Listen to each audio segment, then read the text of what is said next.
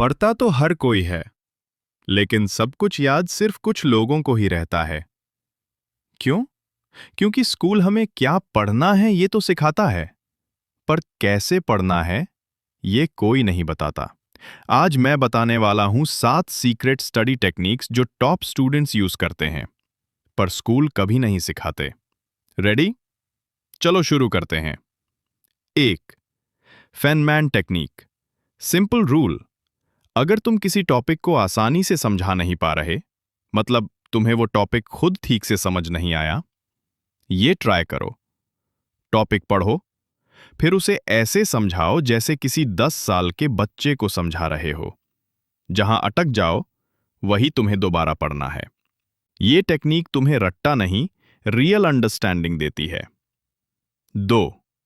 Pomodoro method. ज्यादा देर तक पढ़ो और फोकस गायब। इसका सॉल्यूशन? Pomodoro technique. 25 मिनट पढ़ो, 5 मिनट का ब्रेक लो। 4 राउंड्स के बाद एक लंबा ब्रेक लो।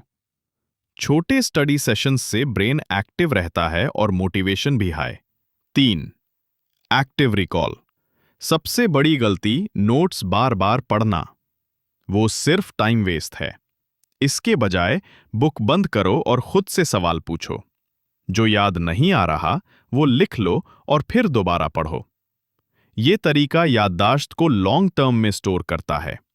जापानी स्टूडेंट्स भी इसी टेक्निक से टॉप करते हैं। 4. Mind mapping. हमारा दिमाग लिस्ट्स में नहीं, कनेक्शंस में सोचता है। तो नोट्स लिखने की बजाय एक माइंड मैप बनाओ। इससे एक विजुअल कहानी बन जाती है जिससे एग्जाम में याद करना आसान हो जाता है। 5. Teach back method. किसी टॉपिक को समझने का सबसे अच्छा तरीका उसे सिखाओ। दोस्त को समझाओ या कैमरा ऑन करके खुद को रिकॉर्ड करो। जब तुम पढ़ाते हो तब तुम्हारा दिमाग अपने आप जानकारी को ऑर्गेनाइज करता है और तुरंत पता चल जाता है कि कहां गैप है। 6. Spaced repetition. क्रैमिंग यानी एक साथ बहुत पढ़ना सिर्फ स्ट्रेस देता है, याद नहीं। इसके बजाय एक टॉपिक को कई बार रिवाइज करो। 1 दिन बाद, फिर 3 दिन बाद, फिर 1 हफ्ते बाद। ये पैटर्न तुम्हारे दिमाग को जानकारी स्थायी रूप से याद रखने में मदद करता है।